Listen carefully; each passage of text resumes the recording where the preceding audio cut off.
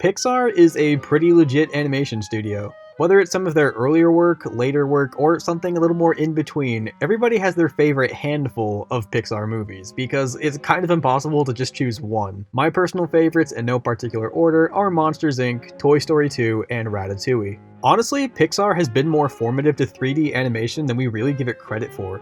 Toy Story was the first feature-length 3D animated movie, and remember that ugly-ass dog? It took over 100 different computers to fully render that thing. A Bug's Life was a test to see how many subjects they could animate at a time before their computers would explode.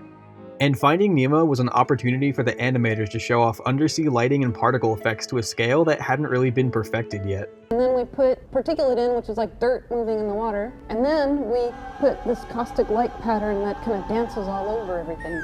Why don't you use true refractions as modulated by the water's surface? And recently, I saw Disney and Pixar's latest animated movie, Onward, and it's cute. It's a very cute movie. Onward is set in a fantasy world that was once overrun with D&D type magic and wizardry, but as the times began to modernize, magic began to fade away and what little was left began to modernize too. It's sort of like the 2017 Netflix movie Bright, if Bright didn't completely fucking suck.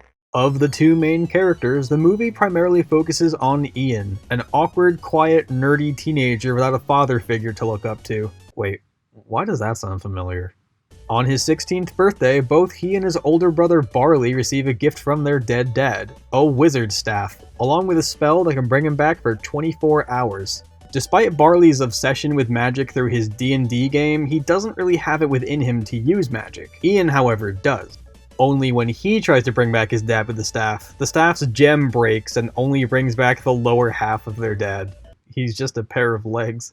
I honestly thought that was one of the best things about the movie. Pixar has always been great with the classic show don't tell rule in their movies, and they give us a character whose only emotions can be shown through body language is pretty funny. The boys then set off on a grand quest to find another gem so they can complete the rest of their spell and bring back their dad for a short time. Onward is pretty similar to Moana in as much that there isn't really a main antagonist tied to a strong overall conflict, but mostly about character interactions and how they react to the world they adventure through. The adventure itself almost felt like a mini D&D campaign and showed magic more as a tool with very specific rules like in a role-playing game, rather than something that can just convenience the plot at any given time, which I honestly just really enjoyed. Ian has a cute little character arc about how learning magic makes him more confident and brave, and you know, that's nice. That's something for some of the more introverted people. The Manticore, a hero of a bygone era, now works as a manager at TGI Fridays, and then has a flaming existential crisis about working as a manager in TGI Fridays. That was something. Is TGI Fridays as incredible as it looks? It's pretty good. I don't really have all that many complaints about the movie, honestly. It's more of an observation, but out of all of the Pixar movies that currently exist, this one is definitely the most Disney feeling. I've always felt like Pixar's had this sense of edginess to it that Disney was just way too afraid of touching for the longest time. But a lot of Pixar's more recent works have felt very heavily Disney influenced, whether it's been for better or for worse. Who even watched this one? Don't get me wrong, I loved Coco. I was one of those grown men crying in the theater at the end, but when Coco was first announced, I didn't even think it was a Pixar movie at first. The animation and character models were so similar to that of Frozen or Moana, I just thought it was vanilla Disney animation.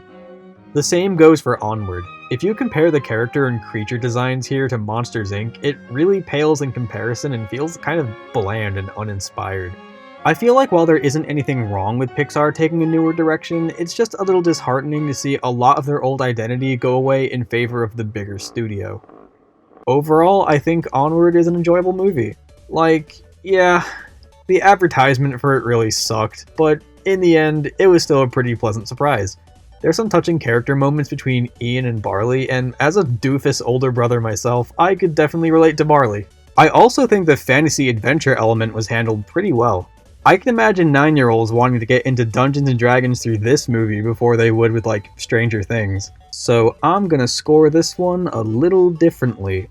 As a Pixar movie, I'm giving this a 5 out of 10, because if you're comparing this to like the very best Pixar's ever had to offer, this falls short. But if I were to rate it as just any old Disney movie, then I'd give it a 7 out of 10. It doesn't really overstay its welcome, and it's just a cute movie. It's very cute. I definitely want to see more of this kind of content from Disney instead of live action remakes, because you already know exactly how I feel about those. So if you like Disney and fantasy, you're probably gonna like this. See ya!